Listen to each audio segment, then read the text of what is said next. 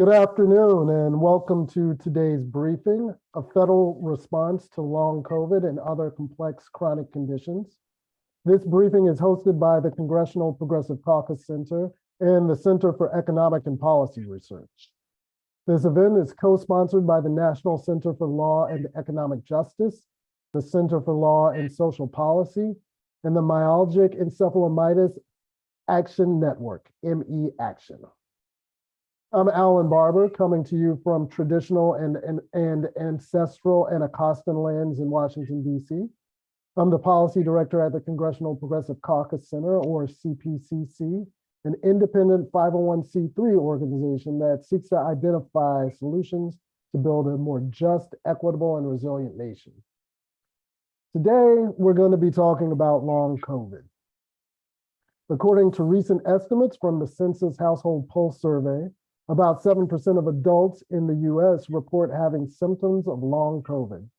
And about 4.5 million of these adults report, in the words of the survey, being limited a lot in their daily activities by it.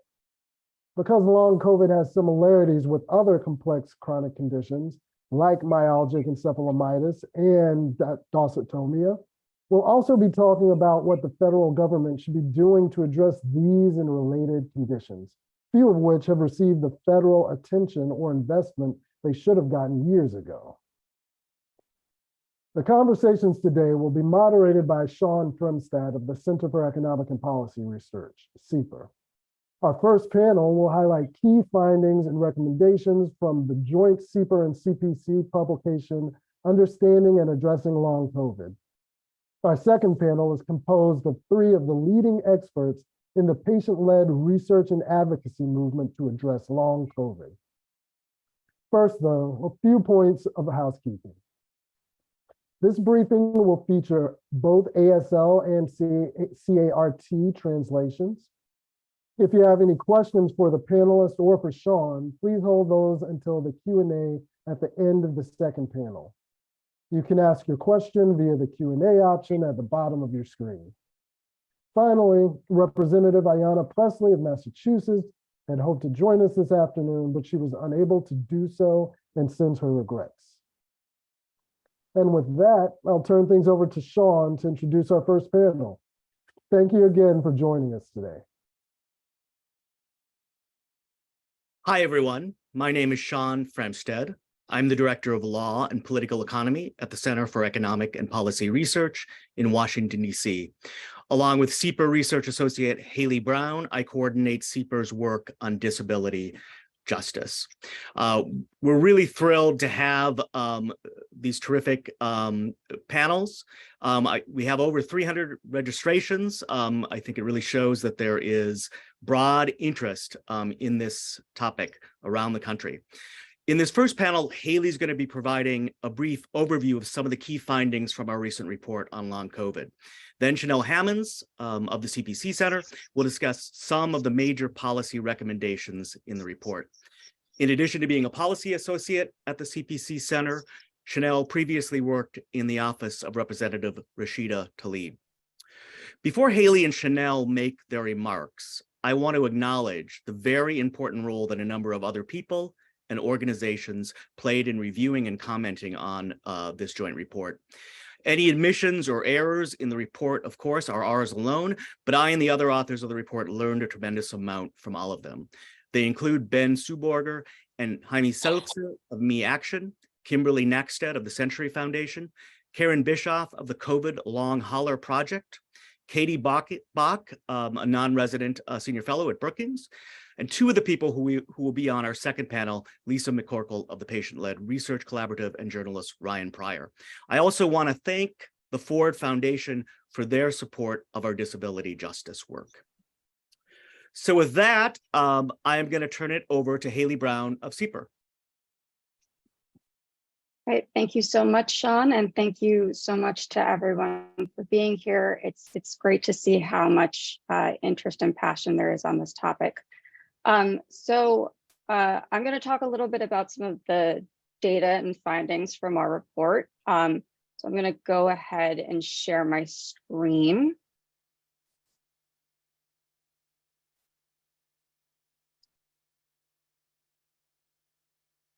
Okay, so hopefully you can all see that. Okay, so I'm going to start by talking about the prevalence of long COVID in US adults. So the first question that comes to mind for this is, what share of US adults are currently experiencing long COVID symptoms? Just as a brief overview, as I'm sure many of you know, but in this context, long COVID symptoms are defined as symptoms related to an acute COVID infection, though the symptoms don't necessarily have to be the same as the acute symptoms that persist for 3 months or longer after the acute infection has taken place. So this question and many of the other related questions actually turn out to be a little bit trickier to answer than you would think they would be. But one of the data sources that we do have to answer this is something called the Household Pulse Survey. The Household Pulse Survey is an experimental survey. The US Census Bureau started fielding it in 2020 when the pandemic began, and it's one of the only US government surveys with regular data available now that gives us more detailed insight into what long COVID may look like in the US adult population. So these are some of the summaries of what we found with respect to the percentage of adults in the US currently experiencing long COVID symptoms. And there are a couple of things that I want to highlight about this.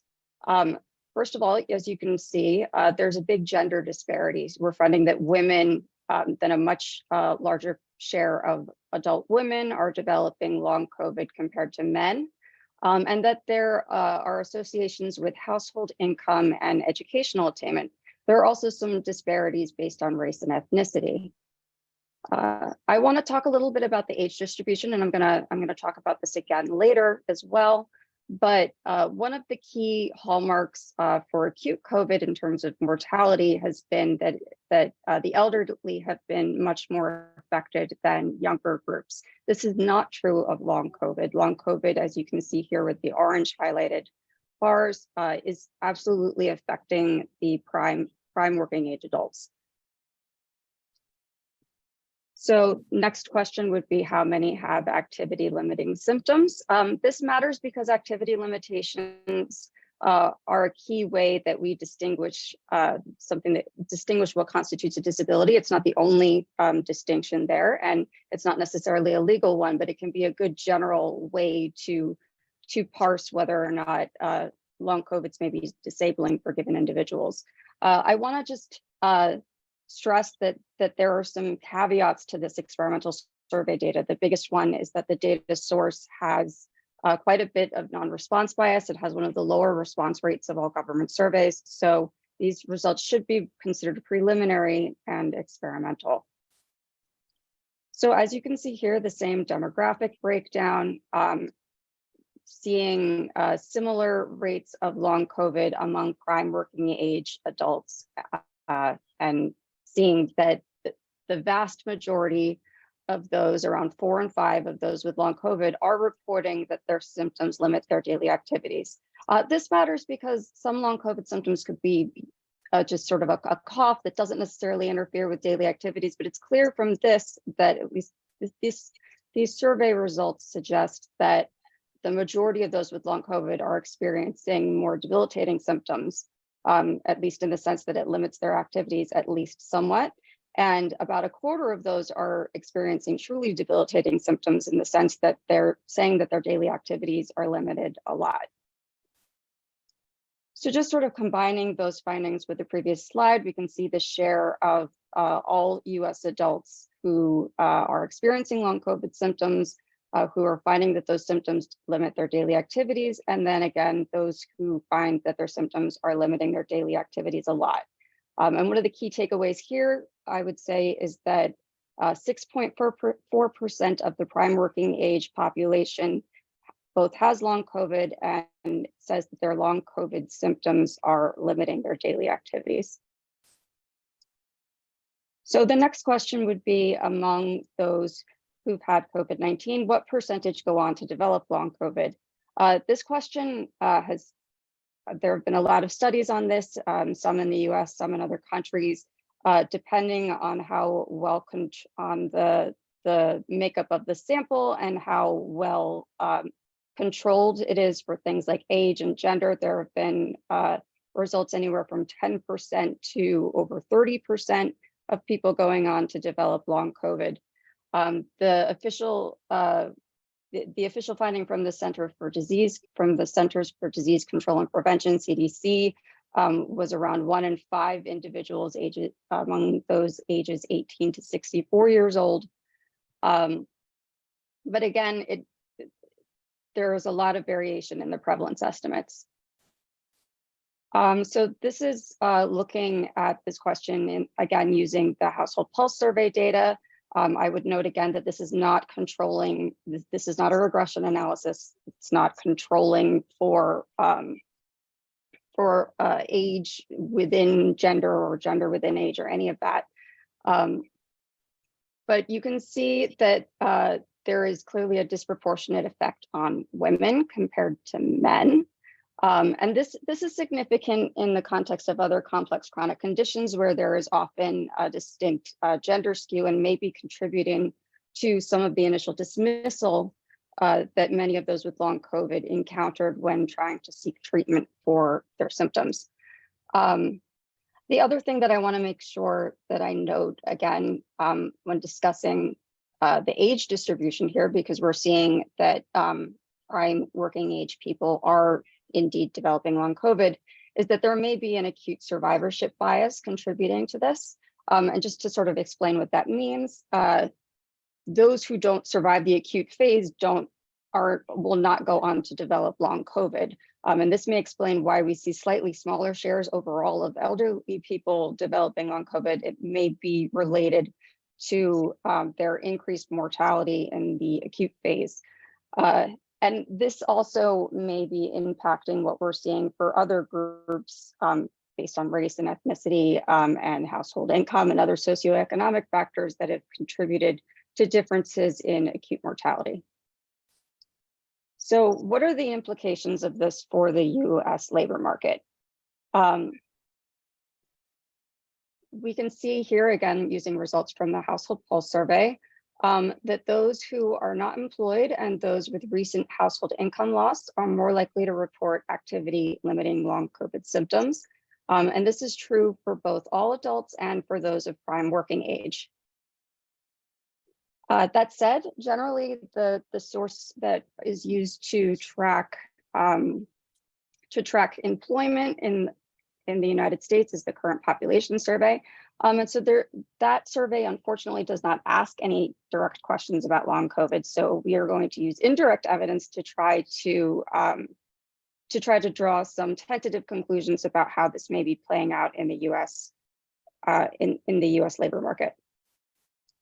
So the household pulse survey is showing us that over 3/4 of US adults with current long COVID symptoms say that they experience some amount of difficulty remembering, understanding, and this share is 1.7 times higher than it is among those without long COVID.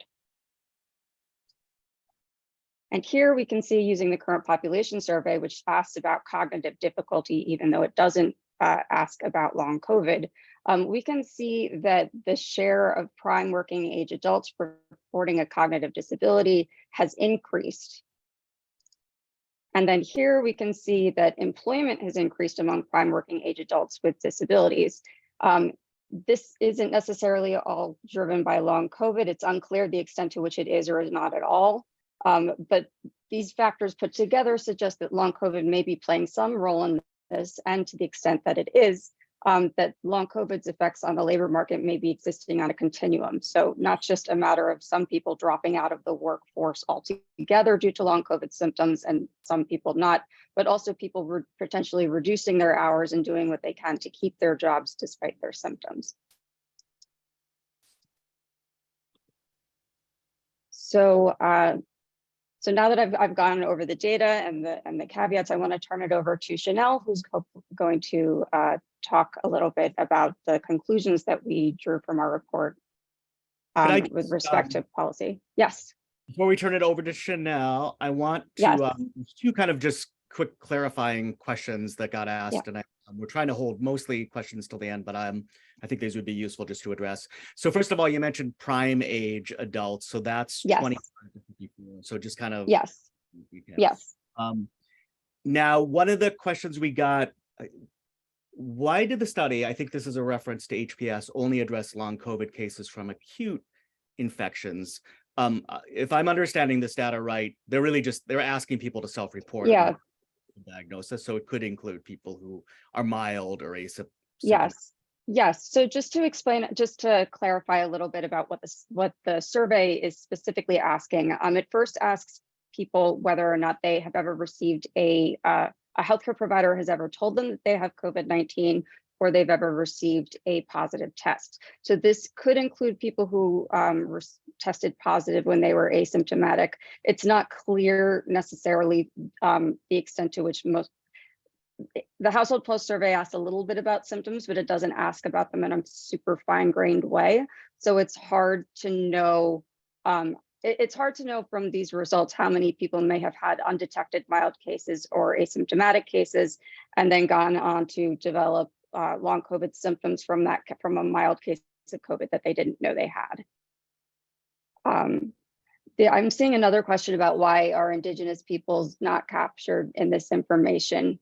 That is a great question. So unfortunately, and this is true not just for the Household Pulse survey, but for a lot of government surveys, because the Indigenous population is smaller, a lot of times it's very difficult to get an adequately sized sample to be able to say anything about what's going on with that population in a meaningful way. And it's unfortunate that these surveys don't have sufficient sample sizes to be able to allow us to meaningfully study that population, because the information that we do have suggests that they have been disproportionately impacted throughout the pandemic. And it would be really great to be able to discuss in more detail that particular group. And this is true not just for Indigenous peoples, it's true for a lot of smaller marginalized groups where the surveys don't have a sufficient sample to study them. They don't necessarily incorporate it into the way that they weight the information when they're trying to make sure that it's representative of the population. So that's definitely a limitation of this survey data. And then there was another question about capturing the elderly. We maybe just want to address that one too, and then we'll shift. We'll go to Chenelle. Okay. The data allows to address those 65 plus and those 75 or 80 plus. So to some extent, the data allow us to look at those 65 plus.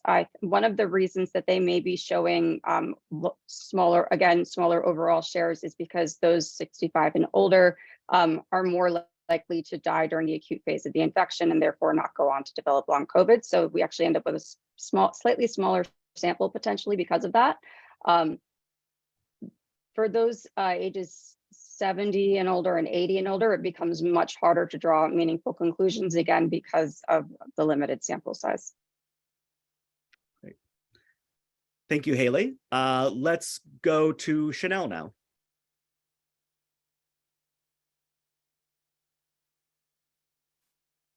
Hi. I hope everyone can hear me? Can you hear me, Shawn? Great. So thank you, Hayley, for that great segue.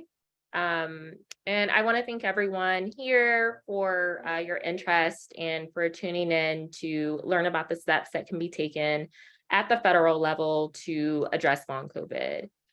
So there's a lot that we still need to learn about the effects and treatment for the persistence of long COVID symptoms, but there are also a number of actions that we can take in the meantime to address what we do currently know.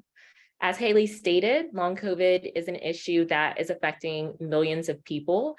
There are wide-ranging impacts of long COVID, from the most obvious being physical and mental health, but also going beyond this, we're seeing the effects of long COVID on employment and general quality of life for those who are experiencing symptoms.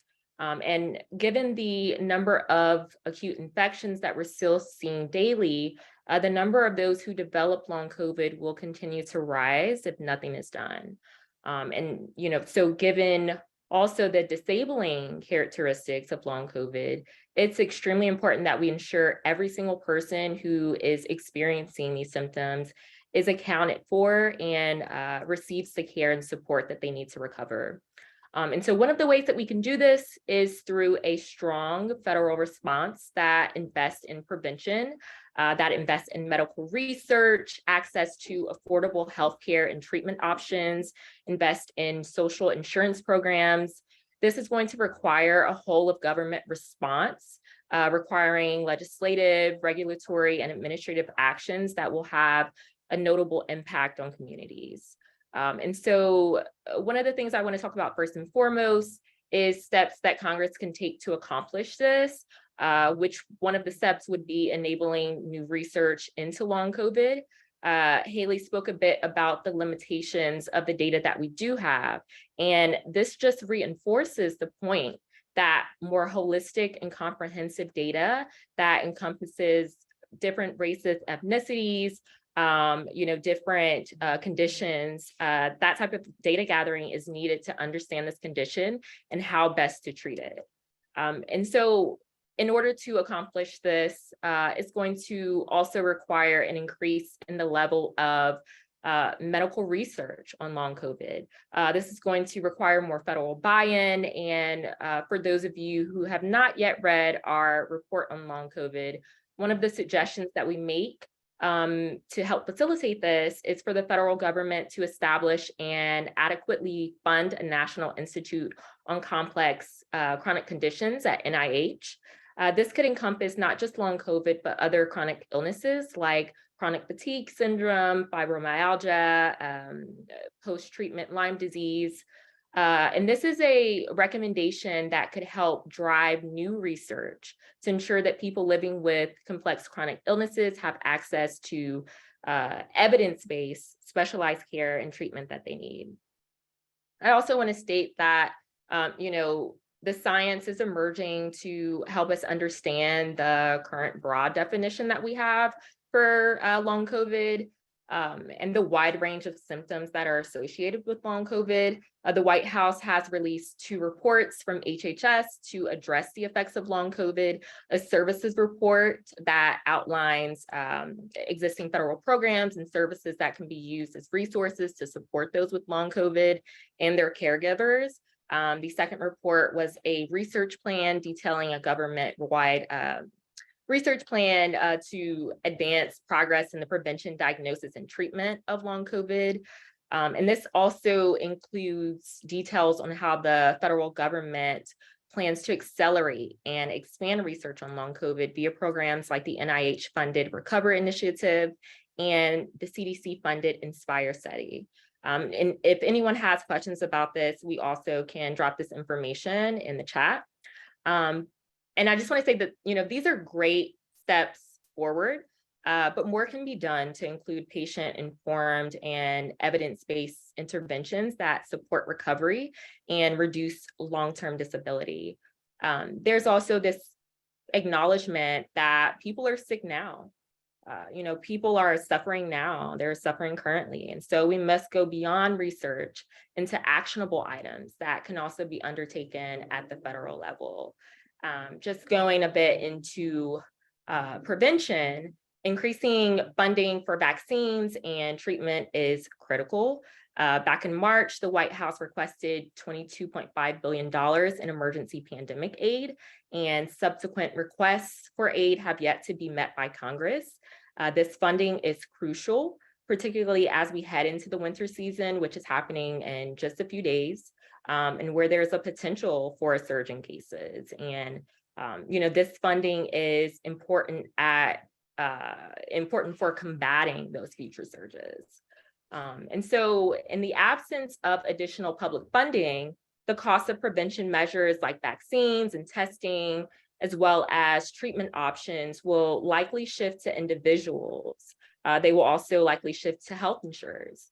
So we're seeing in real time the lack of funding for COVID causing shortages as well in at-home tests and PPE, and the suspension of free test distribution. We're seeing estimates that federal funding for access to vaccines and therapeutics like Paxlovid, for example, will run out anywhere from early to mid 2023. And given recent findings from the FDA that new immunizations can slightly reduce the risk of developing long COVID, ensuring vaccine availability and testing is absolutely crucial to preventing COVID and long COVID. I also want to point out that since this is a global issue affecting millions of people beyond US borders, global vaccine access and the sharing of vaccine technology and mRNA data is equally as important. Ensuring that all nations have the capacity and the means to adequately test, vaccinate, and treat COVID-19 and long COVID is essential to halting the spread of coronavirus globally and reducing global poverty and inequality as well. That, makes a nation or limits a nation's ability to help keep their population healthy. One option that is available to the current administration is the issuance of additional funding and special drawing rights so that countries with smaller scale capacity have the funding to address this crisis as well. So, this is a global crisis that requires a global effort. And along these lines, providing funding for long COVID clinics and medical partnerships that help individuals with long COVID access treatment could also be beneficial. There are a number of growing clinics that have been established that focus on post-COVID conditions. These post-COVID clinics treat a wide range of ailments arising from the persistence of symptoms caused by COVID-19. These clinics also provide multidisciplinary assessments and resources for patients and serve as a central hub, so to speak, for physicians and specialists like rehabilitation and occupational therapists. And so, these clinics are really important. I think about how many times have any of us gone to the doctor. You get referred to specialists, and then you get referred to another specialist, and then they refer you to someone else. It's extremely frustrating. And this is why these clinics are so important, especially for patients that have HMOs that typically require a referral to see a specialist. So to have a set of specialists in one building can improve the deliverance of comprehensive care and patient outcomes. This can also prevent patients from having to travel to multiple healthcare providers. So there's two bills currently in Congress that would help provide funding for this multidisciplinary long COVID approach. One of those is the Treat Long COVID Act that is sponsored by Congresswoman Ayanna Pressley in the House and Senator Tammy Duckworth in the Senate. This bill would provide funding for long COVID clinics to address the physical and mental health needs of long COVID patients. It would also provide funding for other activities that would increase equitable access to treatment. Similarly, the Care for Long COVID Act, which is sponsored by Senator Tim Kaine, would also provide new funding for research, public education, and medical legal partnerships that help individuals with long COVID access employment, accommodations, and social services. But even long COVID clinics have their limitations. As we begin to see the emergence of more long COVID clinics, we're also seeing the emergence of long waiting lists. We're seeing, waiting lists even months in advance to get into these clinics and receive treatment. And so, we're also seeing a number of clinics clustered in urban areas. So it's important that we, when we think about these post-COVID clinics, the placement of them is so important, and ensuring that we're providing access to rural communities who cannot afford to travel for care. And I think that also these hubs are great, but long COVID is a condition that will ultimately need to be integrated into primary care models. This is going to require continuous education and training of primary care providers, not just specialists. This also means improving medical billing and reimbursement models to make sure that physicians who do treat long COVID are properly compensated for the care that they provide. It means improving healthcare interoperability and infrastructure to aid in data collection, aid in data sharing.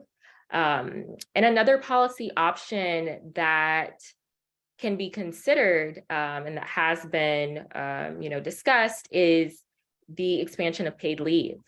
Among private sector employees in the bottom quarter of the wage distribution, about 45% of those employees work for employers who don't provide any paid sick leave.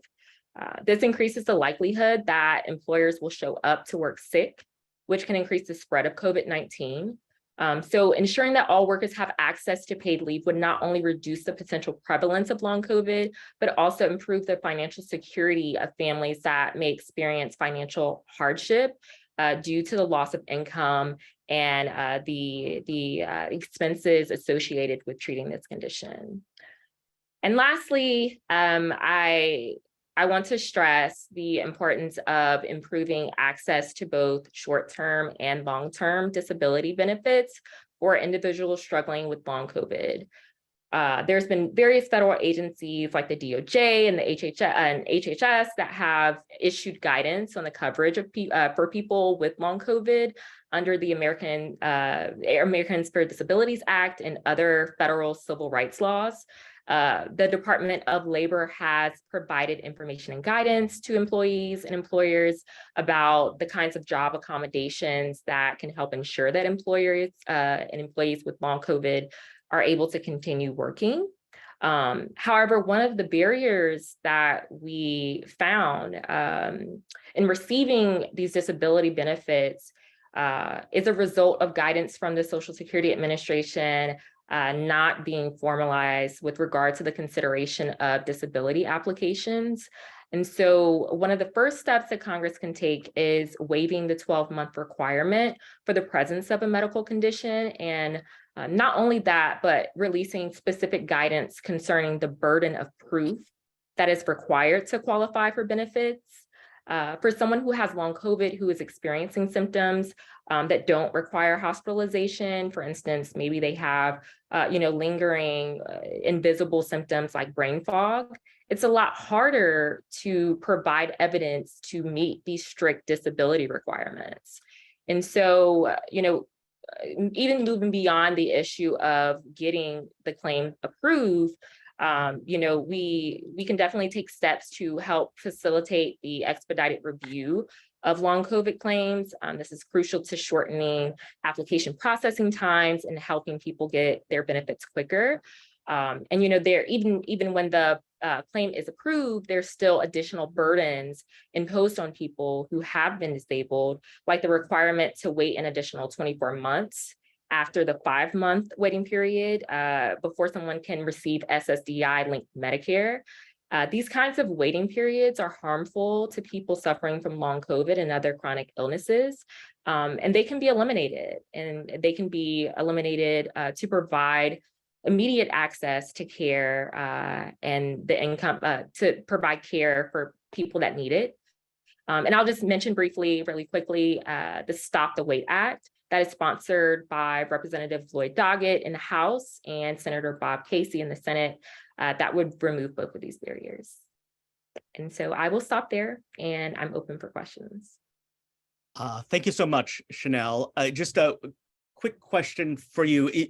I know Congress is back in kind of the end of the year session now. It's got until December 16th to finalize legislation to avoid a government shutdown. Are there any particular key issues related to long COVID or can be related to broader disability and income support issues that are on the table and might get addressed during this session? Yeah, so there have been reports that the Biden administration is finalizing a request for about $10 billion in public health funds, most of which would be used for COVID response efforts. And this goes along with what I was discussing earlier about the need for funding the development of vaccines and treatments, and ensuring that they're made publicly available, particularly as this virus continues to evolve into various different variants and subvariants.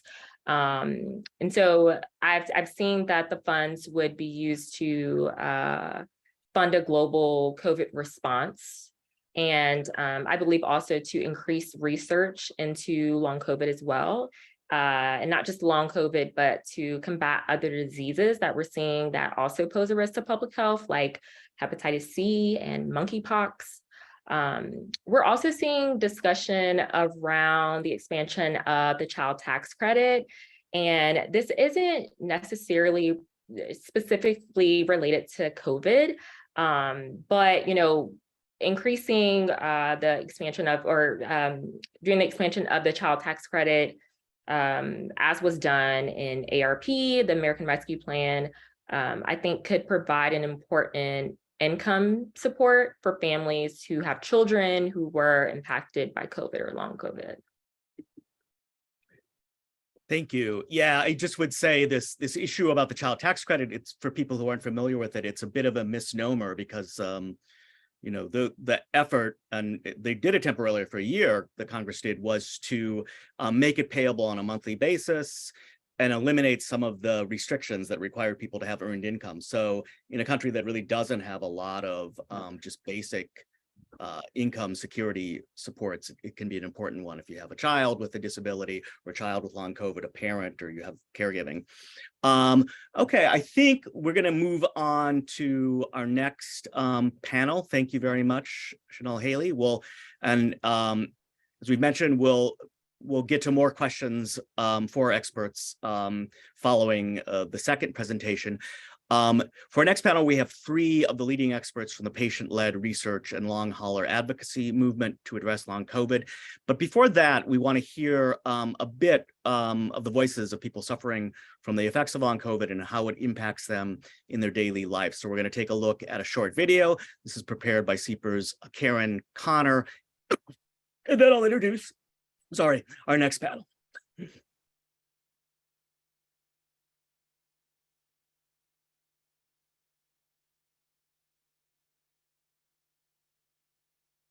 To set the stage for the discussion that will follow, we want to introduce...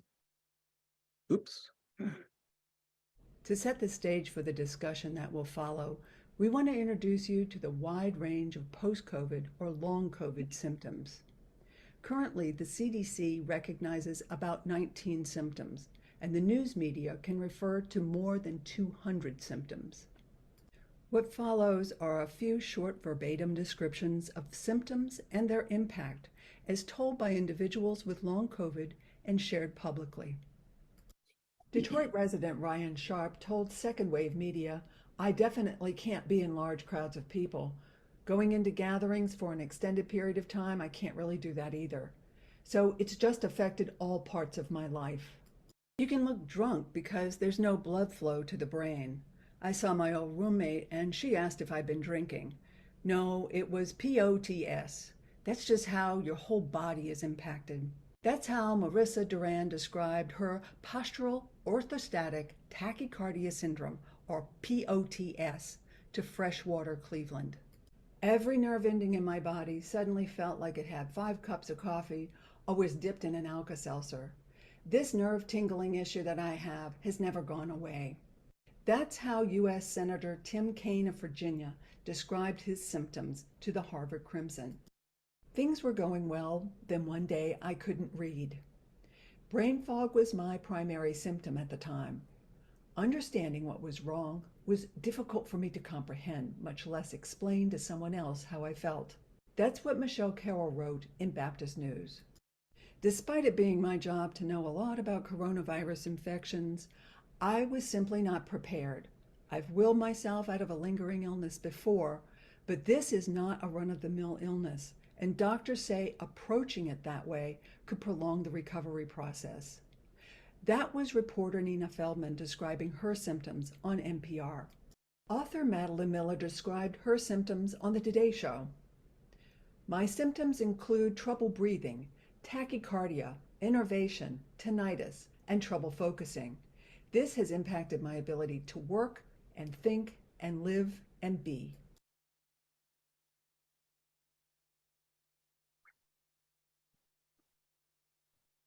All right, let's move on to our second panel. We have, as I mentioned, three of the leading voices in the patient-led research and advocacy movement to address long COVID. We have Ryan Pryor, who's a fellow and journalist in residence at the Century Foundation. He served on the ME Action Network Board and has worked as a journalist for CNN. His important new book, The Long Haul, came out yesterday, so congratulations on that, Ryan. I'm looking forward to reading it, and thank you for joining us. I know you must be very busy. Lisa McCorkell is a co-founder of the Patient-Led Research Collaborative. This is a group of long COVID patients who are also researchers. If you haven't already spent time on their site, it's patientledresearch.com. Is really terrific, has a lot of important information and resources. Lisa also is an author. She has a chapter out in a new book on how to navigate a long COVID research specifically. The book is called Long COVID Survival Guide, How to Take Care of Yourself and What Comes Next, Stories and Advice from 20 Long Haulers and Experts. And then our third panelist is Angela Meriquez Vasquez. She's the president or interim president of Politic, an organization that launched the Politic COVID support group for patients and caregivers in March 2020. It's grown to include over 10,000 members. Their website is wearebodypolitic.com. In March 2020, Angela became ill with COVID-19 and has since developed long COVID. So Ryan, let's start with you. Could you tell us your story, how you came to this work and ended up writing a book about the long hauler patient movement? Absolutely. Yeah. And thank you, Shawn, for having me. And it's an honor to be here with this panel to discuss this topic. And I thank you for mentioning the book that it's called The Long Haul, Solving the Puzzle of the Pandemic's Long Haulers and How They're Changing Healthcare Forever. It's out this week. And sometimes I get a question from people. How did you manage to write a book about long COVID? We don't know that much about it. It's so new. And the answer I always give is that it's not new at all. Post-viral or post-infectious illnesses have been with us for forever, and certainly have been well documented for decades. And my own personal story, which is really to say that my own writing process begins October 22nd, 2006. When I was in high school and I came home from school and slept for 16 hours and then ultimately had to drop out of high school completely because of this disease that we couldn't quite understand. And it took going to 16 different doctors and more than a year before I got diagnosed with this condition, chronic fatigue syndrome, which is really internationally and scientifically known as myalgic encephalomyelitis. Myalgic refers to pain, encephalomyelitis refers to inflammation of the brain and the spinal cord.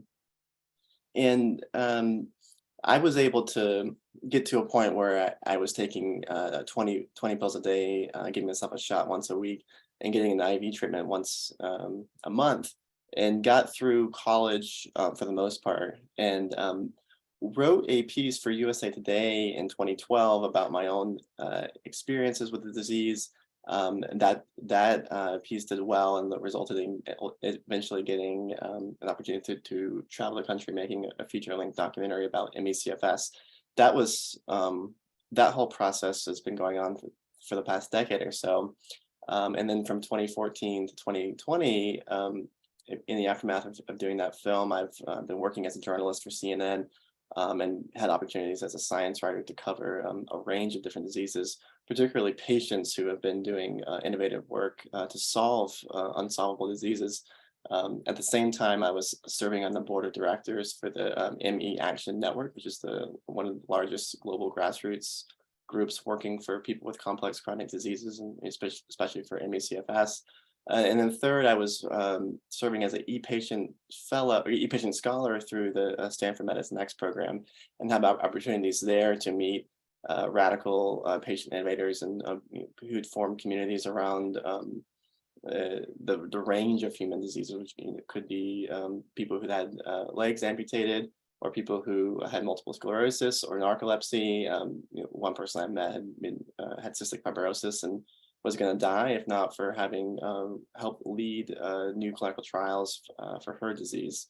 So as a science writer for CNN, as the pandemic was beginning, and knowing that I was part of ME Action, we knew our chronic illness community knew that there was going to be significant long-term consequences for all of humanity in the wake of COVID-19. And we now know, as we knew then, that about half of the people who have long COVID are actually experiencing myalgic encephalomyelitis, or ME/CFS. So as I was constructing the narrative of this book, I was interweaving my own personal history for the last 15 years, but also interweaving the history of post-viral disease research in general. So there's a lot of really important innovations that have been brewing among brilliant scientists from Harvard and Stanford and Columbia and around the world. And that research has not been well funded. And so a big theme of my book is listening closely to the patient voices, partly because I think that in lived experience is the most compelling form of evidence. And in my interviews with patients, I was learning 10 times more than I was learning from doctors or scientists. So that it was particularly key as in the reporting to see the work that groups like the Body Politic and ultimately Patient-Led Research Collaborative were doing, which was highly informed by the ME/CFS and chronic illness communities who joined hands with these groups. And I wanted to tell that story. And I think that given the long-term nature of this of long COVID and the ways that it could be with us for years, if not decades to come, I wanted to get to the human heart of the story, and that's really what Patient-Led and Body Politic are doing. Terrific, thank you. Lisa, can you tell us about your experience with long COVID and about the Patient-Led Research Collaborative? Yeah, sure. Yeah, thanks for having me. Really appreciate being here. So I got COVID in March of 2020, so right at the beginning, right before everything started shutting down. And I had an initially what was referred to as a mild case because I wasn't hospitalized. But that led me to not being able to get a test to see, to get a PCR test. And my doctor clinically diagnosed me based off my symptoms and based off my exposures, told me to isolate and I'd be better within a couple weeks. A month later, I was way worse off than I had been even at the beginning. I couldn't walk more than 20 feet without having shortness of breath, tachycardia, would be in bed for the rest of the day after just walking, a very short amount. And this really at the time wasn't being talked about in the media or by government. I think it was, really just posed as this either, you're hospitalized, you might die, or you'll recover within a couple weeks. So around that time, about a month in, that's when Fiona Lowenstein wrote a New York Times op-ed documenting their own experiences with these prolonged symptoms. And it really mirrored my own experience. And Fiona created the Body Politic support group. And so I joined that, and it was very validating to see, thousands of other people at that time sharing their own experiences that were similar to mine. Some people had different symptoms than mine, but all of us, had not recovered yet from our COVID infection.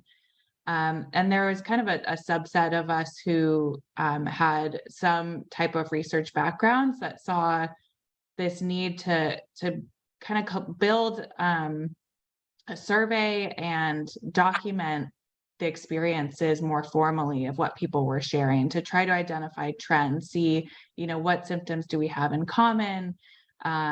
Is there anything that's been helping people? And so we developed this survey that we put out in May of 2020, and that was the first research on long COVID and really the birth of the Patient-Led Research Collaborative. And that was the first time, neurological symptoms of COVID and long COVID were documented. It was the first time that it was really documented that long COVID exists. And so since then, we've continued to do research on long COVID. So we published our largest study in the Lancet Clinical Medicine in July of 2021, and that identified 200 symptoms of long COVID and really pushed the field of research forward. We've collaborated on dozens of long COVID studies, ensuring that the patient experience is reflected in studies. We've helped develop guidelines on long COVID from the CDC's to the NICE guidelines in the UK, and that's usually in partnership with Body Politic. And we've testified to Congress and advocated for policies that support people with long COVID and associated conditions. And now we're even funding research. So we have a $4.8 million biomedical research fund where people with long COVID and associated conditions like ME/CFS, as Ryan was talking about, and dysautonomia have chosen what research to fund. So it's really putting patients at the center and having patient priorities determine what research should be looked into. So for me, I'm still living with long COVID 2.5 years into this. I have a fairly mild case of long COVID for what they come as, but have still, I deal with it every day. I have developed postural orthostatic tachycardia syndrome, also known as, or POTS for short, as well as premenstrual dysphoric disorder as part of my long COVID. But even, getting those diagnoses were no easy feat. I went through a lot of dismissal from providers to get there, which unfortunately is very common with long COVID and most complex chronic conditions. And I think really emphasizes how much we need provider education on long COVID and associated conditions to ensure that people receive adequate care as soon as possible, because I really think, I learned to pace from people with ME early on, learned to try to rest. But if I had had that education from doctors, my providers earlier on, I think I would have been in a much better place health-wise. And yeah, there's just not enough information known in the broader medical community of what long COVID and these associated conditions are. But as patients, we know, and as post-viral illness experts are very aware of a lot of what's going on with long COVID. Thank you, Lisa. Let's turn to Angela. Why don't you tell us a bit about your experience with long COVID and about body politics too, or body politic, I'm sorry. Yes, thank you. So glad to be here. Thanks for having me. So I got COVID around the same time as Lisa. I'm based in Los Angeles, so I got COVID around mid-March. Both my husband and I got COVID probably at a grocery store during that first weekend of shelter in place in California. I, again, like Lisa, and I think like many long COVID patients, my case started off fairly mild. So my doctor over telemedicine said, yep, that sounds like COVID. You'll be fine in 2 weeks. We don't want you to come in and get tested, because if it's not COVID, then you'll definitely get it here. That's the only reason why people are coming in. So don't worry about it. You don't need a test. It won't affect the course of your care, which those words were really the famous last words, because for especially the next year of my illness, every single doctor asked me when I had tested positive and when I said I was denied a test. That was immediately, I was basically shown the door. That was pretty clear that any of my symptoms were psychosomatic. I experienced an exceptional amount of medical gaslighting during my first year sick, particularly in my first 2 months. So what started off as what I would consider a mild cold or flu progressed over several weeks to severe shortness of breath, dizziness, pot symptoms, and then escalated quickly to stroke-like symptoms. So I was losing all sensation on one side of my body. I couldn't speak.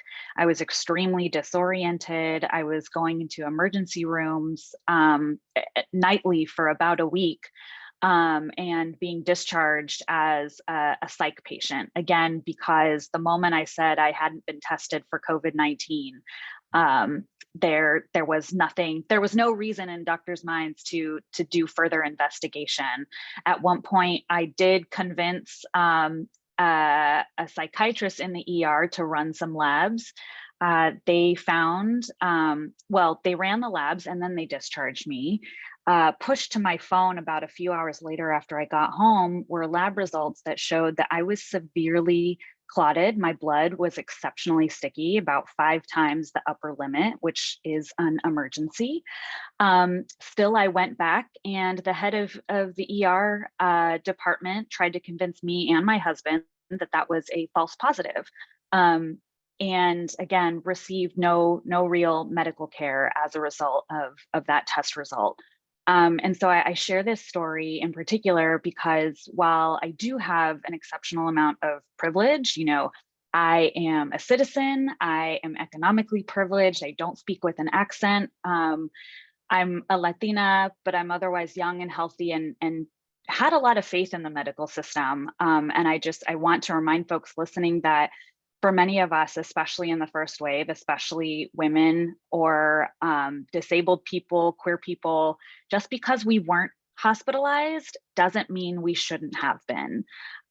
There was care rationing happening all across the world, whether or not official care rationing was in place. We were being told to go home to save beds for people who were really sick. And I think that absolutely contributed to progression of our illnesses over time. And I do think that that's why, especially those of us who got sick in the first wave, probably experienced some of the more severe symptoms.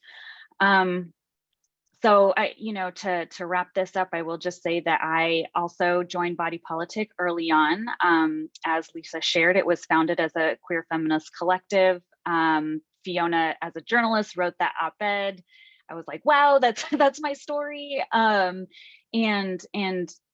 the support group continues to be an essential component of my own medical care, as well as emotional support. And I think that is a service we have continued to provide really for free to those who have access to the Slack app. It's really been an essential piece of people's care since the beginning of the pandemic. Thank you. I just kind of one general question I had listening to you. I was going to ask you whether you think there's been any progress within the medical community in terms of acknowledging and just reducing kind of the barriers, the way that, I mean, you mentioned gaslighting, you mentioned other sorts of things. I was wondering whether we think attitudes have changed, and I think of this going back to kind of early experiences, people 10 years ago, long before long COVID had with similar complex conditions. Has there been progress? Is part of this about just an overloaded system? But has there been any improvement really in terms of your experiences or what you hear from others? I think overall there's been a general level of improvement, and I think honestly as a direct result of patient advocacy and those patients, including providers themselves, but healthcare workers having long COVID, I think was pretty huge in sort of validating the patient experience, right? We value the narratives of experts, of researchers and clinicians more so than I think your your grocery store worker or an immigrant who doesn't speak English. And so I think the reality is that for many reasons, our culture uplifted particular narratives at the beginning of the pandemic, which I think helped to sort of begin to validate the experience of long COVID. However, I will say, not just from my own experience, but from continual daily reports in our support groups, that there continue to be providers who are either implying or explicitly stating that all of these symptoms are psychosomatic as a result of pandemic stress or a psychiatric condition or a mood disorder, which is just plain wrong, and I think speaks to the history of medical misogyny and medical racism, and that I think informs doctors' responses when they don't know something. Instead of just saying I don't know, will instead do a lot of victim blaming as a way to resolve that cognitive dissonance. I don't know if Ryan or Lisa have anything else to share.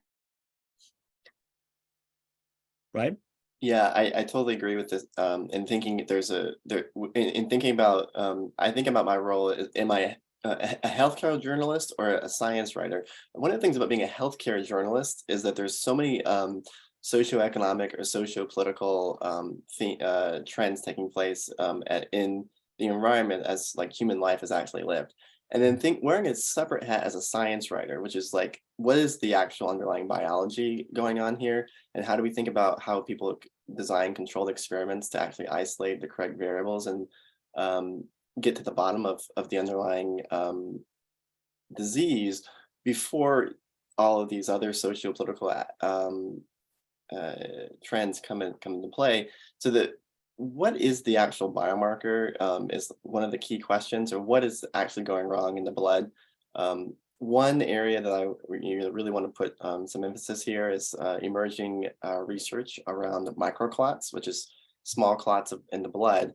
So she talks about sticky blood, or having very obvious clotting factors. Many patients who don't have the obvious clotting situation do have pretty high scores on these microclots, and that research, that diagnostic is not widely available. Even in the best long COVID clinics in the U.S. don't have that capacity. They're working to build that capacity, and there's ways to figure out how to undo that blood clotting. So there's and I could highlight 10 more areas that are of promising science that need to be investigated. In order to fully undo the gaslighting and sexism, you need to actually do the right research at the right time. And we know that diseases that affect women more commonly than men, which the survey shows, and which a lot of the reporting and a lot of the membership of Body Politic and other support groups shows, is that we just don't have enough research on. We have better research on diseases that affect men. We have less research on diseases that affect more women. And until we better fund that research and scale it and engage in the right kind of public-private partnerships, gaslighting is going to be more likely to continue, not just for this disease, but for a whole range of them. Right. Thank you. Lisa? Yeah, just to add on, I think basically what I've seen happen is that I think more providers are aware of the existence of long COVID. They're aware of like patients coming in after having a COVID infection, having these prolonged symptoms. They might have some ideas as to what that is.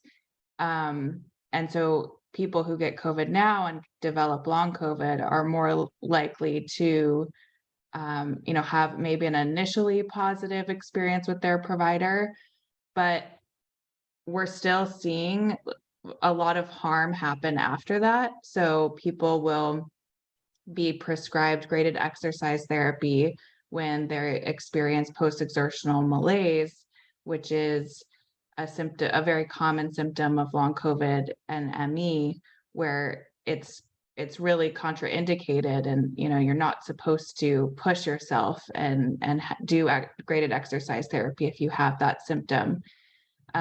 So we're seeing that more providers maybe know long COVID, but they don't know how to treat it and how to properly treat it.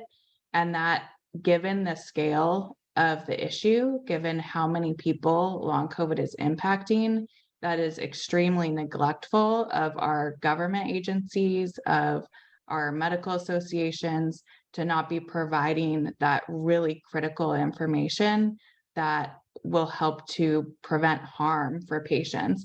Like at this point, I'm, for so long, I'm not even asking for like help. I'm just asking to not harm.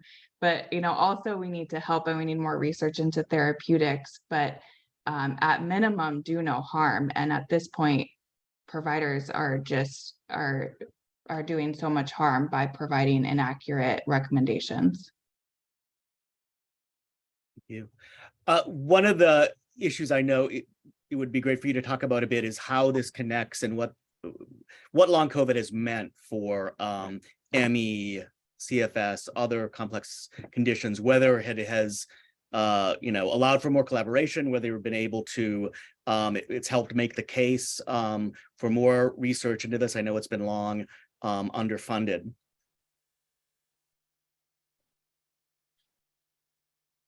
Yeah, sure. And I'll mention here that the one of the key findings in this report that I was most excited about is the this idea of starting a new institute for post-viral diseases, or a new institute for chronic complex diseases.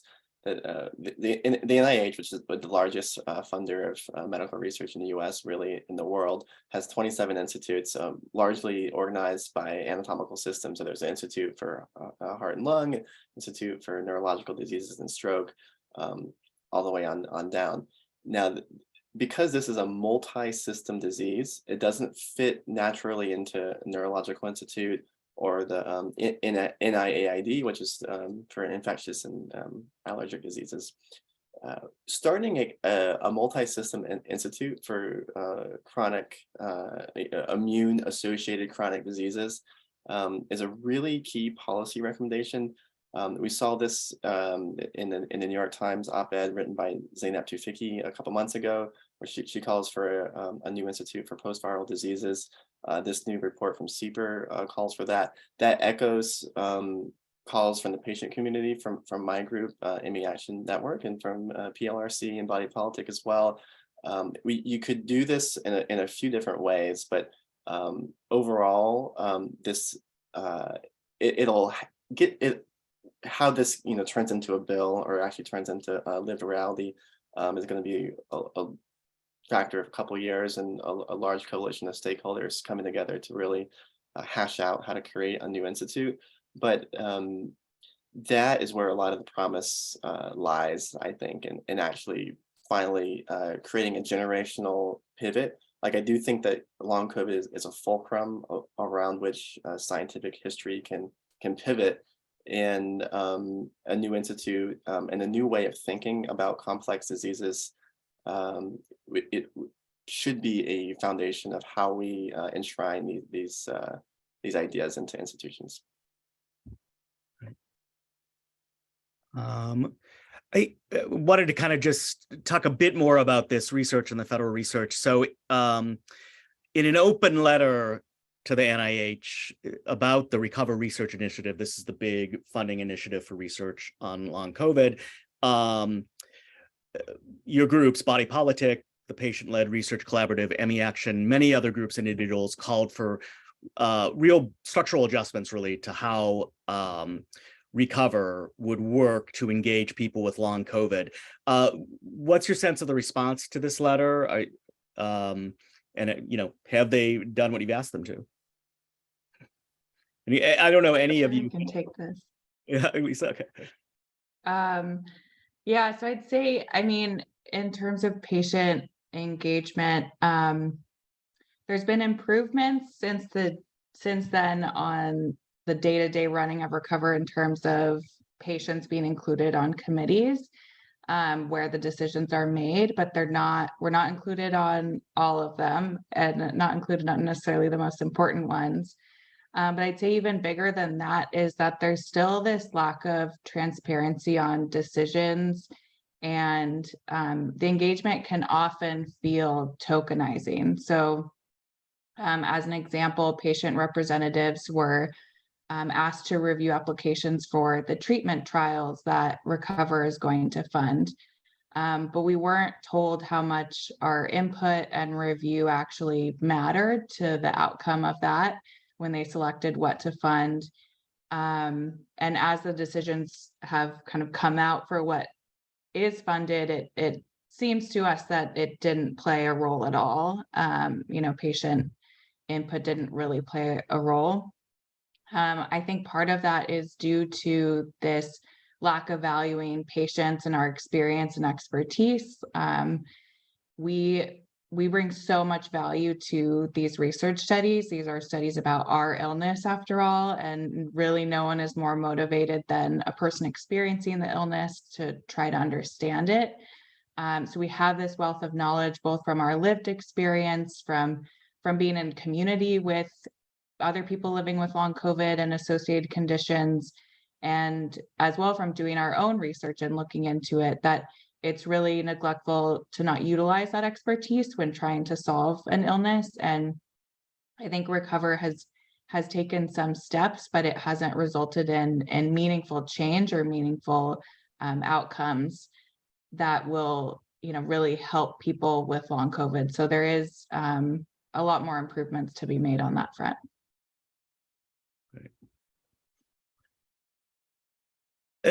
Also on the research front, the federal government released a national research action plan on long COVID in August. Any thoughts on that plan and whether it does what is needed or needs improvement? I think there are some definite opportunities and bright spots in that plan. I think in particular, the idea that there could be a fully funded Office of Long COVID research is fantastic. But again, a lot of, I think, what the plan proposed is sort of a wish list, and it's really dependent on not only funding, but administrative action and leadership to implement and execute the components of the plan. I think that there, again, it was great to see that long COVID was contextualized as part of, a mix of post-infectious chronic conditions. That being said, it hasn't quite, this research plan does not seem to have yet informed the ongoing research, in particular the Recover initiative or the Inspire initiative. I'm lucky enough to be one of the few who was able to enroll in the Recover initiative here in Los Angeles. And I have to say, and I wish this was better communicated to patients, that the study right now is purely observational. I'm not being offered any treatment. Even the lead investigator at my site doesn't have half a clue about ME or POTS. He's a pulmonary researcher. And so, I had one 5-minute session with him and he was like, well, you seem really informed. Good luck. We're going to draw 12 ounces of blood from you. Bye. So, again, I can see the value of observational research as a component of, I think, a broad multi-pronged research plan, some of which is laid out in this particular plan. But I currently don't, there's not really a good sense, at least on my end and on many activist ends, about how this plan is actually going to come to life, again, especially without funding and especially without leaders within HHS really making a commitment to making these things come alive. Let's talk a bit about, Ryan, did you want to? Yeah, just real quick, Shawn, I'll echo most of what Angela said, is that, and I worked on the op-ed with my colleague Ken Nackstead from the Century Foundation, who had led the implementation of some of the long COVID policies for the White House in 2021. And in our op-ed for Stat News, we argue that the president's National Action Plan was a welcome step, but it falls far short of what we would need. She talks about it as a wish list. What we saw in this couple 100-page government report was a laundry list. It was good to have a collection, a list of everything that's going on in different agencies and different offices, but it doesn't point away offer any new steps. And so we were worried about that. We would put it this way: we go as far as to say that there needs to be an Operation Warp Speed for long COVID. That there was a impressive public-private partnership that led to an all of society emphasis on getting a COVID vaccine. A similar aggressive approach for long COVID therapeutics, not just this large observational study, but actually doing quality drug repurposing and developing. And there's dozens of strong possibilities that could be brought up from pilot studies up to large scale clinical trials, authorized and then maybe approved by the Food and Drug Administration. Those can happen if we have the stars align with the right partners across the public sector and private sector. So the president, to the White House's credit, did put out a decent report, and in the next year, there's a lot more that can be done. Great. Let's talk a bit about kind of what supports, income supports, health insurance, kind of how those systems are performing. Just can you tell us about some of the issues long haulers are experiencing with health insurance? We have a very patchwork system, and I can imagine there's a lot of even just coverage, but even if you have coverage, there must be issues. Yeah, I'd love to start with this question because it's been my personal soapbox. So in addition to being president of Body Politic, that's a volunteer position for me. My full-time job is a policy director at a California Children's Health Equity Organization. So I have, during my day job, have spend a lot of time advocating around our state's Medicaid program, particularly for low-income kids and families. And I have to say I am shocked and disappointed that neither the federal government nor our state government has issued guidance to Medicaid providers about even screening for long COVID or post-COVID conditions or symptoms. That is an incredibly no-cost policy action, administrative action that HHS could do. It could send this guidance to all state Medicaid agencies to ensure that low-income people, particularly people of color, are getting properly screened when they do present to a healthcare organization. The other thing also is that I think there's just a general lack of healthcare access for marginalized communities. And so, like you said, even if you have insurance, I think there are many social drivers of health that prevent low-income and people of color from accessing healthcare in the first place. So if you're not, if you're like I said, a grocery store worker or a waiter in a restaurant, and you get COVID, and now all of a sudden at the end of every day, you come home with a massive migraine and you're severely fatigued, but you don't necessarily associate that with long COVID. Those symptoms may be debilitating, but so nebulous that you never actually present to a healthcare provider. So I actually think that we are severely underreporting the prevalence in marginalized communities, particularly Black and Native communities.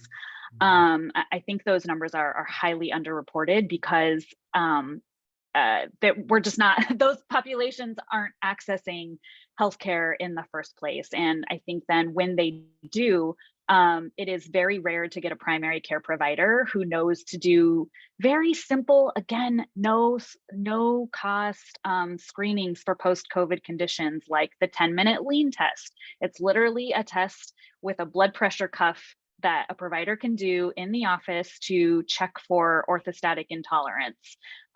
So your symptoms basically exacerbate when you're standing. You can do that. It's very common now post-COVID. And these basic screenings are not happening, again, mostly for low-income people who are presenting to poorly funded, Medicaid clinics.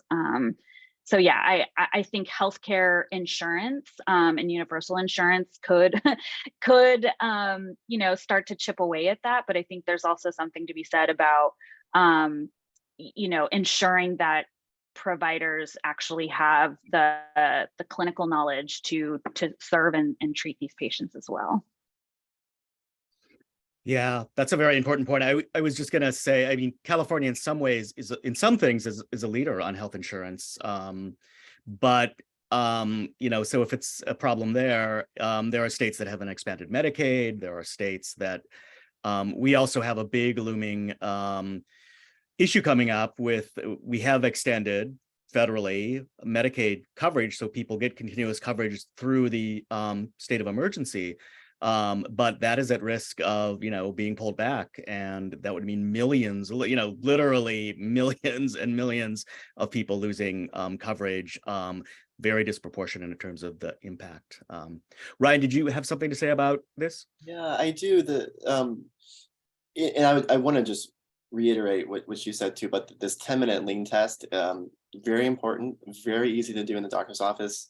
POTS, which is POTS and ME/CFS are the two most common conditions under the umbrella of long COVID. POTS is not hard to diagnose. This lean test should be available in every primary care clinic in the world. And another key component here about the patchwork of disability and welfare assistance programs that we need to probably create a system of short-term disability in this country. California, to its credit, does offer a temporary disability program for employees, and that needs to be scaled. Either every state needs to have their own program, or the federal government should consider offering it potentially through the Department of Labor. And I have a piece out to the Century Foundation where we discuss the need to do this. The best way to treat long COVID is to rest. People have exercise intolerance. They have post-exertional malaise. If you do too much, you feel sick. Therefore, rest, pace, stay within your energy envelope. And people are more likely to recover from COVID or from long COVID if they have an opportunity to rest for multiple weeks or multiple months. They can't do that because they have to work. They have to put food on the table, they have to care for kids. They have to keep doing what they're doing. And if they had a shelter from the storm economically, then their body would have a bit more time to respond, and they wouldn't stay in this push crash cycle. It's the same as if you come into the doctor and say, hey doc, it hurts when I do this, and you move your arm a certain way, the doctor will say, okay, well, don't do that. So for patients who come in and say, I feel worse after I exert, the doctor should be empowered to say, okay, don't exert. And if we have a short-term disability program throughout this country, people would actually be able to recover. Yeah, I would say too, it reminds me in writing this report, also in reading the White House, I think HHS put out a report on supports and services for long COVID, but it was, in many ways, it's sort of just a massive reminder of how far we have to go in terms of our, kind of big picture social security system, not just retirement benefits, not just long-term disability benefits, but yeah, you have a temporary disability, you have an illness, you have to take time off to care for a child. I mean, even just basic things like paid leave for parents with infants. I know, Lisa, you recently co-authored a report with CLASP, one of the co-sponsors of this, on two programs, TANF and SNAP, which is a means-tested food assistance benefits. And I know there's just lots of issues in those programs too, qualifying and obtaining benefits. Can you talk a bit about that? Yeah, sure. Yeah, so what we're seeing is, it's not, again, none of the, or most of this isn't new for long COVID, but it has been an issue either for all disabled people or for people with complex chronic conditions and a lot of invisible illnesses. And so for SNAP and TANF, in order to qualify, and if you are not working, you need to meet one of several exemptions. And the exemption for disability, you need to have a lot of medical documentation oftentimes. And for people with long COVID, with ME, that requires a lot. That requires having healthcare access. That requires having health insurance. That requires having a doctor who knows what tests to do that will document your disability properly. And that might even sound simple, but it's really not, because of the lack of provider education. And so few people are able to have all of that aligned and then get on these really critical social supports. And one of the things, people can get on if they have disability benefits, but that is a very long process and, requires a lot of time, a lot of effort, a lot of money, requires legal assistance usually. Usually people are denied several times before they're able to get on, if they're able to get on at all.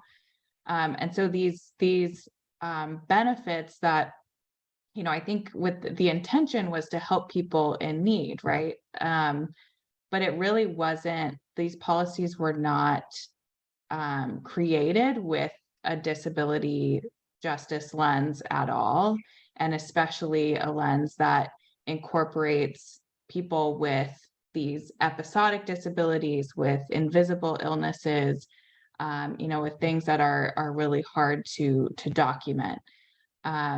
So we really need to relook at a lot of these programs and see how can we make sure that people who have an illness that is not, well understood by the vast majority of the medical community, how can we make sure that they don't fall through the cracks here? And how do we make sure that people can get the financial support that they need while they're waiting to hear back from disability benefits? So I think there's so many things that need to be improved on, and that even goes into the application process itself. So many of the application processes require long interviews that are in person, and that is not accessible for many people with long COVID and related conditions. So I encourage you to check out the report, but there's basically most of our social safety net really needs to be revamped and looked at for, how do we include people with long COVID, all disabled people, and, people with complex chronic conditions at the center of this. Thank you. Let's see, 3:30. I think we should have our other panel one folks come back in, and then we'll try to get to some of these questions that we're getting. So if Hayley and Chenelle want to come up, I did want to talk a little bit too about kind of the extent to which people sense about whether employers are accommodating long COVID and other complex conditions, disabilities, like whether that's happening, what some of the issues are with obtaining those kind of accommodations. So I don't know if anybody wants to speak on that. Go ahead, Lisa. Yeah, sure. So we're seeing a lot of difficulties with people getting approved for accommodations, and especially accommodations that work for their illness. So again, even just what I was saying before, a lot of people don't understand the episodic nature of long COVID and how symptoms can really wax and wane, and how, really what's needed for a disability like long COVID. And so accommodations like flex time, or like having, not having set hours that you have to work, but being able to work on your own schedule can be huge, but that's often not really offered and not really well understood in our current work structures. Another thing, we've seen that many jobs can be done from home and can be done virtual, and yet still as people have started going back to work, we're seeing that people are still being denied accommodations for having a virtual option, which is ridiculous because we know that it's possible. But even beyond that, where we're seeing accommodations most often not be fulfilled are in low wage work environments. And, a lot of those roles, it can be difficult to accommodate those workers, or that's the employer's perspective, is that it's difficult to do this. And so we're not going to do this. You can either like work here or, you could be fired. And we're seeing a lot of firings. And people, I think the federal administration has put out guidelines for doing accommodations for long COVID, which are fairly robust, but that breaks down when people don't have the resources to enforce that. As a low wage worker, I'm not going to be able to necessarily know how to enforce getting an accommodation or, find legal resources in order to say like, this is my right to have these accommodations.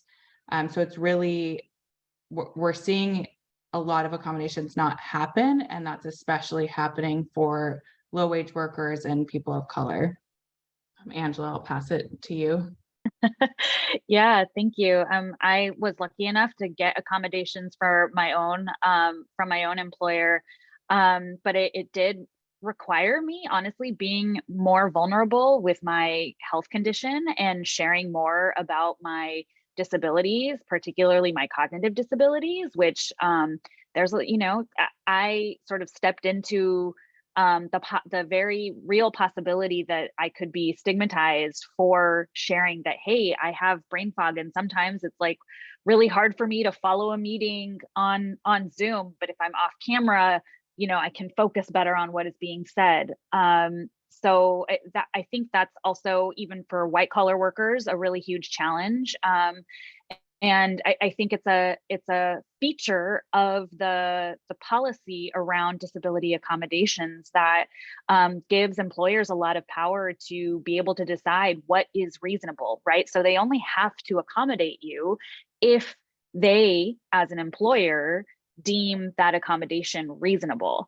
So while it sounds sort of disabled friendly to have these accommodations, really there's a ton of power in these situations on the part of the employer, and I think that is something that federally we should reconsider to equalize the power imbalance between disabled people and their employers. I know Hayley. Yeah, I'd like to add something about this. So agree with everything that Angela and Lisa have just touched on. I just wanted to make a comment about the role that labor unions can play in equalizing some of those power dynamics. Labor unions provide members a source for information about their rights and protections, and an enforcement mechanism, and they can help even out the playing field between employees and their employers. The other thing that unions can help do, but this is something that employers should be doing, both as part of complying with the ADA and also just as general best practices, is whenever possible reframing accommodations as universal benefits for all staff. This reduces this makes it so that the onus is not put on the disabled person to have to be medically vulnerable with their employer and basically beg to be able to do their job well. And a lot of those universal benefits, and that are being framed as accommodations, are things that would actually help staff without disability to do their jobs better, but they make it possible for those who need them as accommodations to do their jobs at all. So the labor unions can help sort of facilitate this by getting things that are sometimes thought as accommodations added to contracts and reframing them as universal benefits. Thanks, Hayley. Angela, I think this might be a question you might be best to answer. Is there a way to add long COVID into the child find criteria for school screenings to help kids get added to 504 plans? So kind of special education, I'm assuming. And Yeah. Not my area of deep expertise. I will say what is important and what should be happening, not just in California, but across the US, is that children really should be being seen by a primary care pediatrician often, and during those visits should be frequently screened for developmental delays. We do know that COVID has significant neurological impacts. I personally, just knowing what I know about the brain science of early childhood development, am incredibly worried about multiple infections and the impacts on child development. So, I think there's probably some policy opportunity to explicitly call out long COVID or post-COVID conditions as something that should be included in developmental screenings for young children, which could then facilitate access to what in California are called regional center developmental disability services for young children. So that's that's sort of my perspective on that. Great, thank you. We had a couple questions. These are kind of about, we need apps for wearables that can better diagnose long COVID versus ME, POTS, and other related illnesses and demonstrate disability. Any of you have any thoughts on that? And I know I don't know if they exist, but it also seems like there would be financial barriers for many people to using those. Yeah.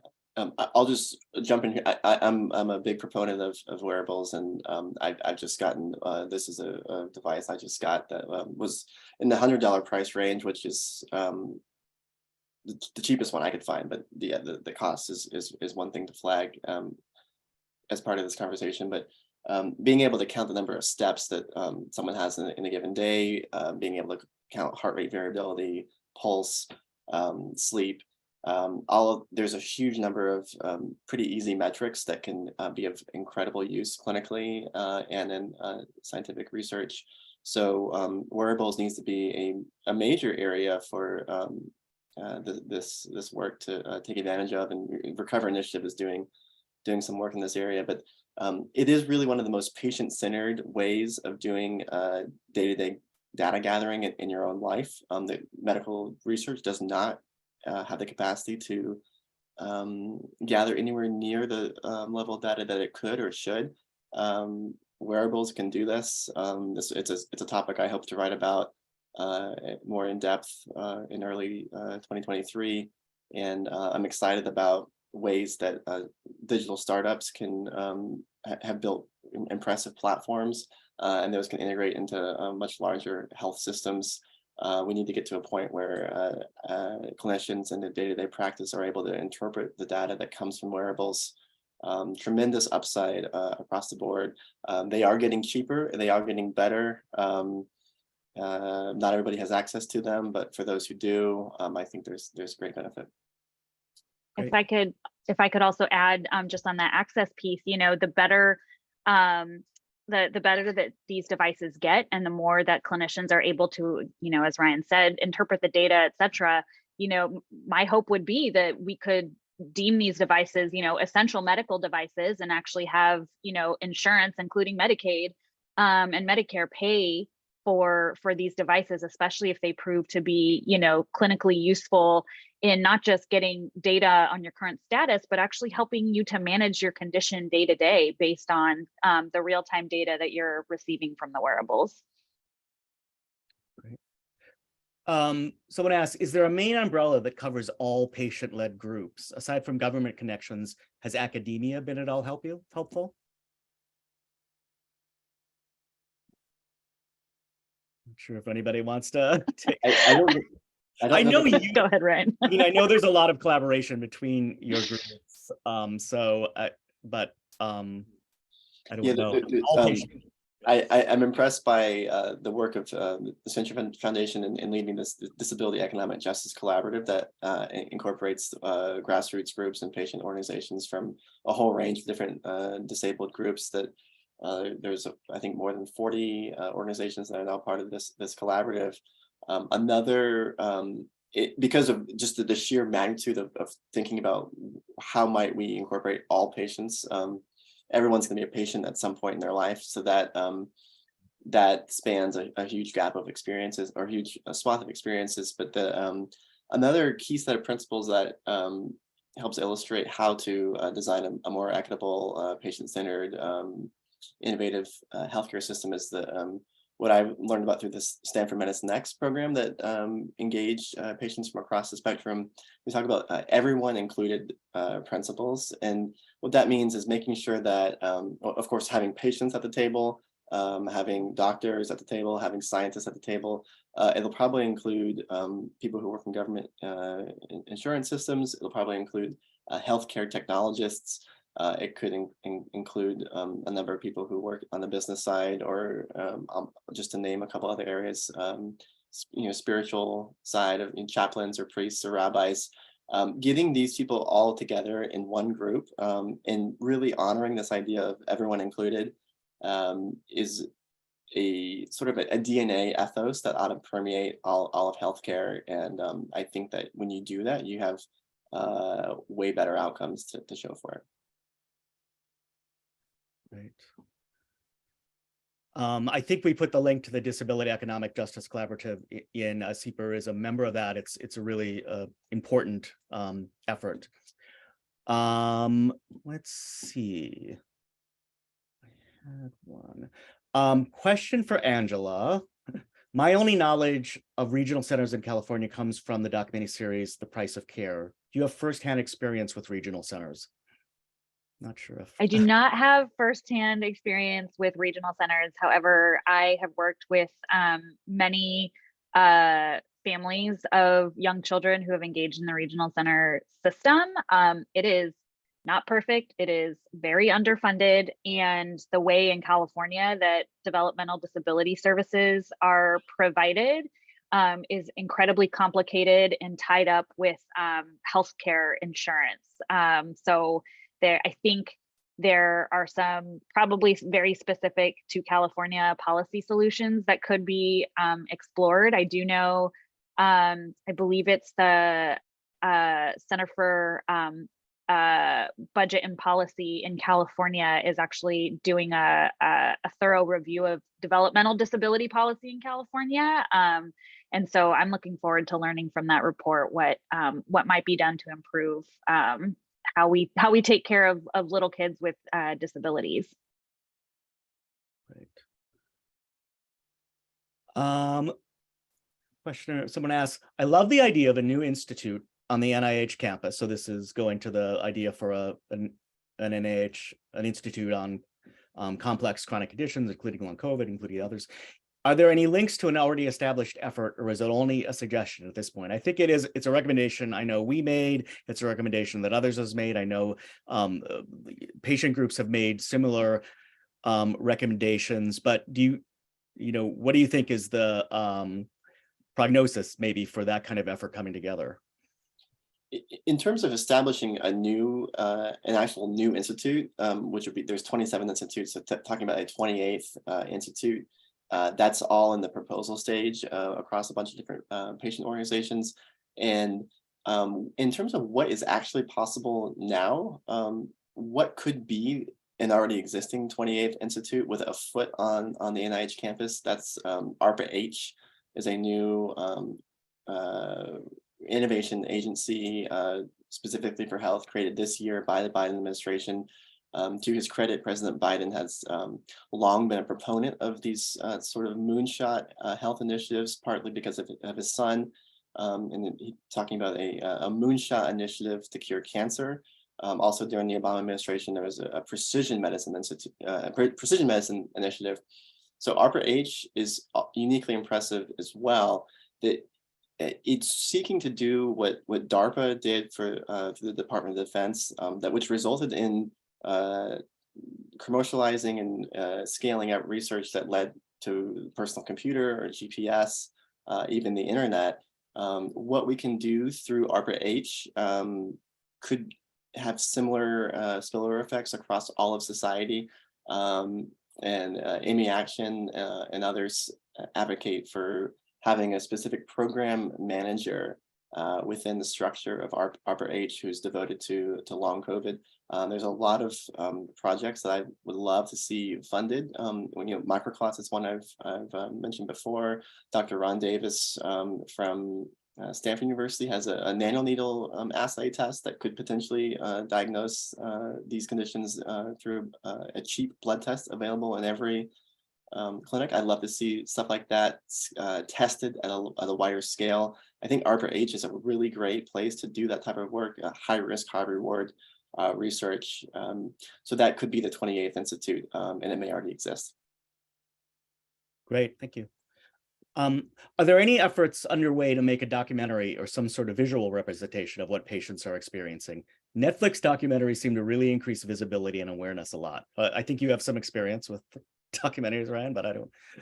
Yeah, I'd love for any opportunities to make a documentary and or to at least help produce in a sideline capacity, but done well and distributed well, and they can be done particularly through Netflix quite quickly, and that's a major growth opportunity. And I think doing a film to highlight a lot of the really interesting work that there's people like Dr. Ikigo Esaki from Yale University, Dr. David Petrino is doing incredibly impressive, very visually appealing work, looking into the mechanisms of long COVID from a rehab standpoint.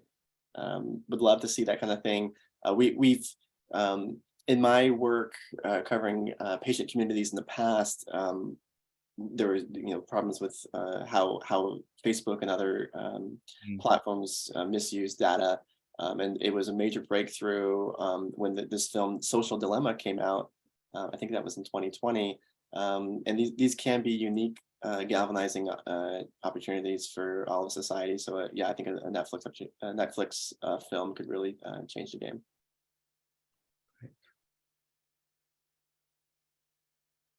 Let's see.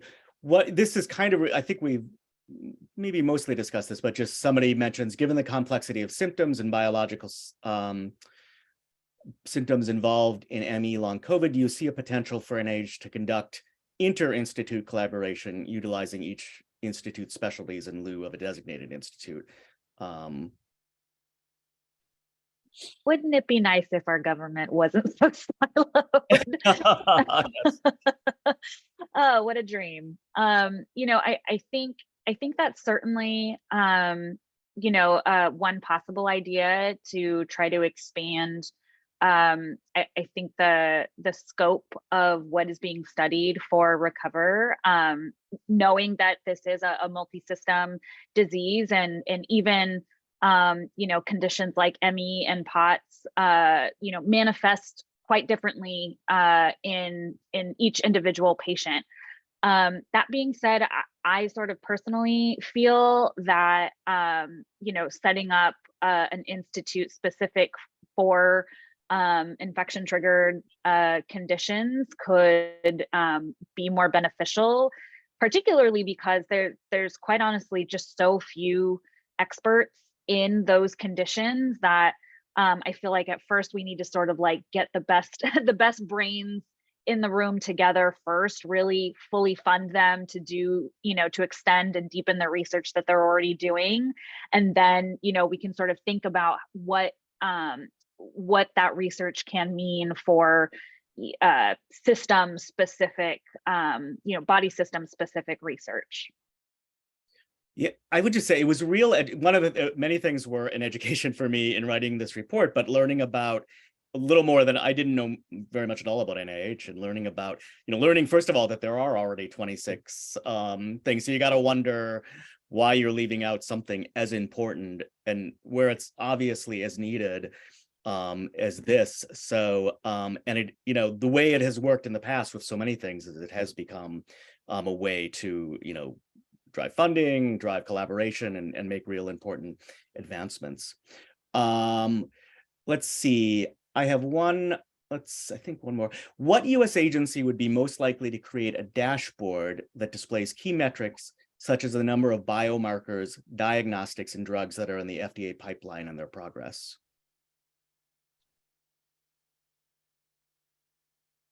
Just to not to read at the same point, but that I think that our ARPA-H could be one interesting one there to think about how to do this type of work. CDC and NIH could also do interesting work here. The NIH has does have an institute devoted to translational science for clinical applications. So translating best practices from the science directly into what matters to day-to-day clinical practice is one area. And NIH does have a structure for that. Just kind of, I guess, do you have any questions for one another? Anything you haven't had the opportunity to mention that you'd like to talk, you know, get in before we close up in the next few minutes? I don't know if I have a question, but I did just want to note that I really do think that long COVID has the potential to be, as Ryan said, a fulcrum for significant change in the healthcare system and in clinical research. And that being said, I still think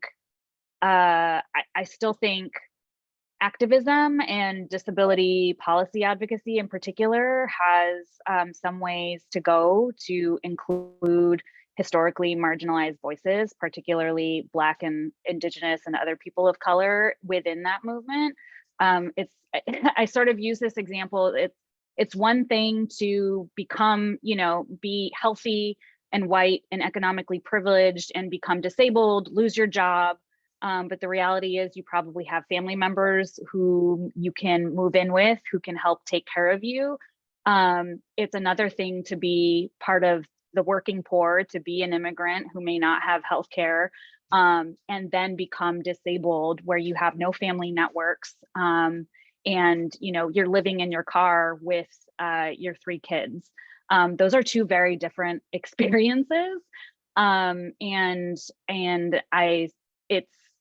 It's really important for me for the movement to be more inclusive of those stories and those experiences, including within research. I do feel like we, as a movement, could be doing more to educate patients, including low-income and non-English speaking patients, on how to be good clinical science consumers, how to advocate for themselves in clinical environments with their providers, and also, you know, providing opportunities for them to be involved in community-based, what's called CBPAR, or community-based participatory action research, where their experiences maybe aren't necessarily informing clinical care and treatments, but rather that their experiences are being valued to shift policy and resource allocation at the local, state, and national level. That is research that is also super essential, that needs to be funded by philanthropy, and I think could really, like I said, bolster the movement and the voices of marginalized people within disability justice. Yeah, I agree with everything that Angela just said, and would like to add that this also extends to the government survey data that I was discussing before. It's a real problem that we can't, that it's so much easier for us to say things conclusively about economically privileged white men compared to Indigenous populations and people who are living in group quarters, and these populations that are likely to be disproportionately affected by the social drivers of health are exactly the populations that we're missing when we're collecting government survey data, including survey data in the current population survey, which is what guides a lot of policy with respect to the economy, with respect to all sorts of things. The data needs to get more inclusive too, because we're not going to know what's happening with these populations if we're not even talking to them, we're not even looking at them. They're just not captured in the data that we have.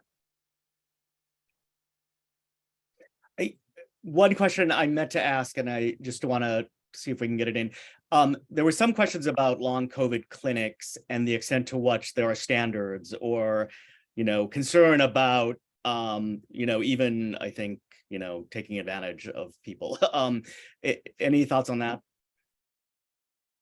Yeah, I'll just real quick. It's a huge problem that I think people jump on this meme of long COVID and then they relabel whatever they're already doing and then call it long COVID.